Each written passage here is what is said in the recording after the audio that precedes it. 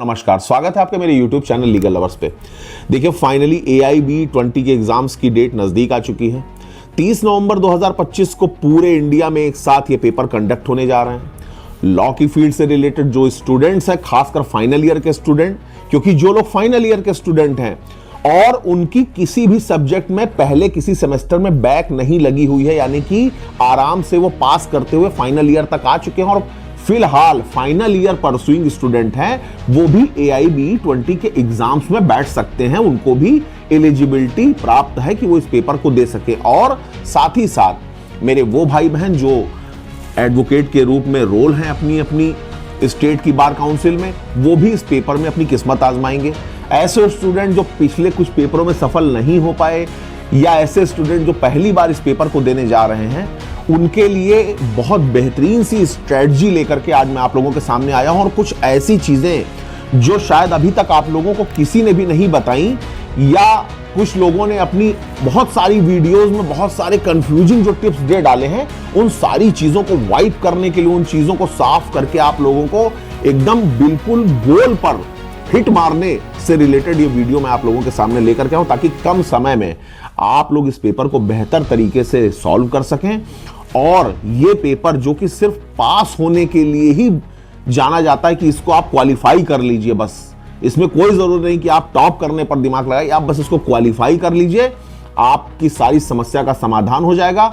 और AIB के paper की जो बेसिक नीड है वो सिर्फ और सिर्फ पेपर को पास करना ही होती है, इसलिए बहुत ज्यादा चिंता की बात नहीं है। लेकिन सही स्ट्रेटजी अगर नहीं होगी तो आपका टाइम बेकार होगा, आप फालतू की चीजों पे ध्यान दोगे, फालतू की चीजें पढ़ोगे, अपना टाइम किल करोगे।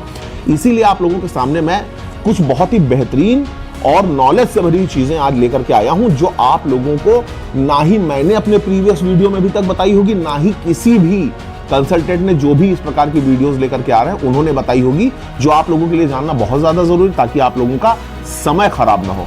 देखिए, मैं आप लोगों को पहले समरी में बता दूं, जो लोग नहीं जानते हैं वो ये जान लें कि इस पेपर में एडवोकेट्स जो कि रोल हो चुके हैं, जो कि रजिस्टर्ड हो चुके हैं, वो और साथ ही साथ फाइनल ईयर के स्टूडेंट, जो लॉ के फाइनल ईयर के स्टूडेंट हैं, जिनकी पिछले किसी भी सेमेस्टर में बैक नहीं आई है, वो इस पेपर में बैठने जा रहे हैं। वो सब एलिजिबल है इस पेपर को देने के लिए। दूसरा, 100 मार्क्स का ये पेपर होता है। सब में आपको OMR शीट पर गोला भरना होता है। उससे रिलेटेड वीडियो में लेकर के आपके पास आया था, उसको जरूर देख लीजिएगा एक बार, ताकि आप लोगों की समस्याओं का समाधान हो जाए, आप लोगों को सही तरीके से पता लग जाए कि कैसे क्या करना है। दूसरा, नेगेटिव मार्किंग नहीं होनी है।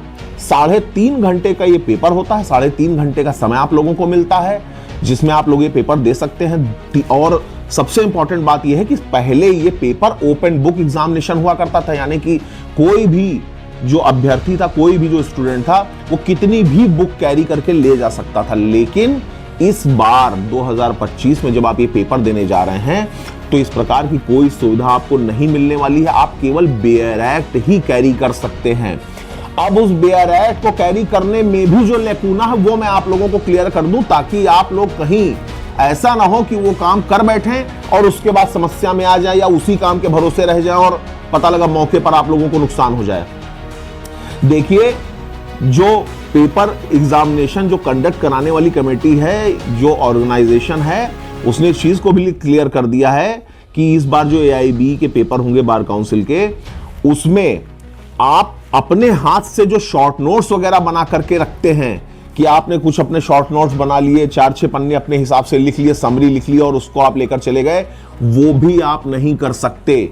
यानी कि आप केवल और केवल बेयर एक्ट कैरी करके ले जा सकते हैं। कोई शॉर्ट नोट्स, नोटबुक, कोई फ्लैगिंग वगैरह, ये सब करके आप नहीं ले जा पाएंगे। तो इसलिए इस प्रकार की किसी चीज पर टाइम वेस्ट मत करिएगा। बेयर एक्ट जो आपको ले करके जानी हो, उसको बार बार आप पढ़िएगा। उसको पढ़ने से आप लोगों के बहुत सारे कंफ्यूजन दूर होंगे, और जब वो बेयर एक्ट आप वहां पे ले जा करके खोलेंगे, तो आप लोग निश्चित रूप से इस पेपर को क्रैक करने में सफल हो जाएंगे। तो ये एक ऐसी चीज है जो आप लोगों को जाननी बहुत ज्यादा जरूरी है, कि आप ले जा सकते हैं सिर्फ और सिर्फ बेयर एक्ट।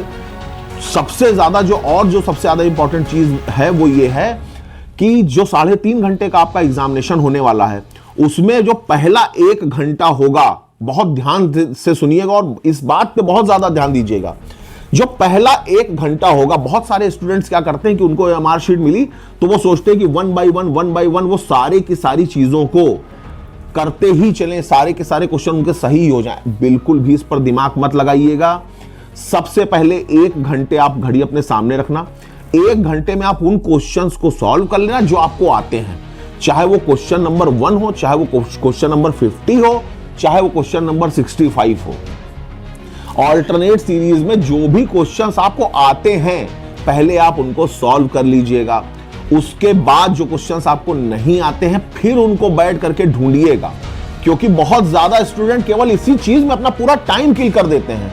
पता लगा कि उनको 4th नंबर का क्वेश्चन नहीं आ रहा है, अब लगे ढूंढने, 15 मिनट उसी में चला गया।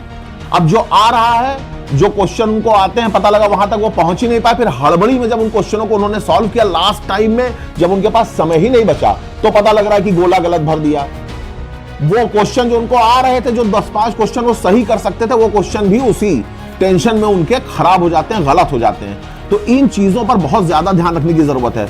और मैं आपको बता दूं, एक और बहुत लेटेस्ट अपडेट मैं आप लोगों के पास लेकर के आया हूं। अभी तक मैंने जो प्रीवियस वीडियोस अपने बनाए थे उसमें मैंने आप लोगों को 4 सब्जेक्ट्स पर फोकस करने के लिए कहा था इस पेपर को क्रैक करने के लिए। आईपीसी, सीआरपीसी, सीपीसी और कॉन्स्टिट्यूशन, ये 4 सब्जेक्ट मैंने आप लोगों को बताए थे। इसमें 2 सब्जेक्ट मैं और ऐड कर रहा हूं, 2 सब्जेक्ट मैं और ऐड कर रहा हूं। उनको भी जरूर से जरूर एक बार मार्क कर लीजिए, दिमाग में रख लीजिए, एक नजर मार लीजिएगा, पढ़ लीजिएगा, क्योंकि ये 2 पेपर भी ऐसे हैं जो इन 4 सब्जेक्ट के साथ सपोर्टिव होने वाले हैं। और ये 6 सब्जेक्ट आपके लिए बहुत ज्यादा जरूरी है, जिसमें आता है फैमिली लॉ, आपका फैमिली लॉ, ये ध्यान रखिएगा, और एविडेंस एक्ट, यानी कि एविडेंस एक्ट और फैमिली लॉ, ये 4 सब्जेक्ट जो मैंने आपको पहले बताए थे, उसके साथ ये 2 सब्जेक्ट आप और ऐड ऑन कर लीजिए। तो कुल मिलाकर सब्जेक्ट हो गए 6। इन 6 सब्जेक्ट पर जो भी मैक्सिमम आप तैयारी कर सकते हो वो तैयारी कर लीजिएगा। और सबसे बेहतरीन तरीकों में से एक तरीका यह भी है कि आप मॉक टेस्ट का जो सीरीज आती है, जो पेपर बहुत आराम से अवेलेबल है, आराम से आपको मिल जाएगा। प्रीवियस ईयर के पेपर मॉक टेस्ट के जो सीरीज आती है उसको आप सॉल्व कर लीजिए। थोड़ा बहुत सॉल्व करेंगे तो देखिए, एक तो आपकी कंसिस्टेंसी बनेगी, स्पीड बनेगी, जो टाइम मैनेजमेंट है वो टाइम मैनेजमेंट अच्छा हो जाएगा। केवल 4 दिन बचे हैं यार, 4 दिन में कुछ भी नहीं बिगड़ना मेरे भाई। 4 दिन आप प्रयास कर लीजिए, उसके बाद टेंशन मुक्त, फिर जीवन भर आराम से आप प्रैक्टिस करने के लिए एलिजिबल रहेंगे, कोई टेंशन नहीं रहेगी। तो अपने 4 दिन का समय दे लीजिए, आप मॉक टेस्ट की सीरीज लगा डालिए, आप प्रीवियस ईयर के पेपर सॉल्व कर डालिए, आप इन जो 6 सब्जेक्ट मैंने आपको बताए हैं इस पर थोड़ा थोड़ा आप नजर मार करके इनको अपना मार्क करके आप पढ़ डालिए। निश्चित रूप से अगर आप इन चीजों को फॉलो करेंगे तो 100% आप पास हो जाएंगे। निश्चित रूप से पहली बार में आप इस पेपर को क्रैक कर लेंगे। और बाकी जो भी आपकी अपनी अलग से और तैयारी हो, जब आप खाली टाइम में हुई है, जो भी आपकी स्ट्रेटजी है, ऐसा नहीं है कि आप लोग भी बहुत ज्यादा समझदार हैं, सब पढ़े लिखे लोग हैं, सब लॉ ग्रेजुएट हैं, तो जाहिर सी बात है नॉलेज होगी, समझदार होंगे तभी यहां तक पहुंचे।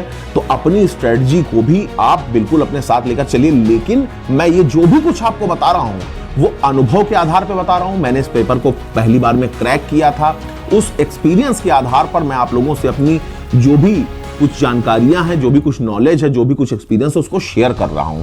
धन्यवाद, ऑल द बेस्ट।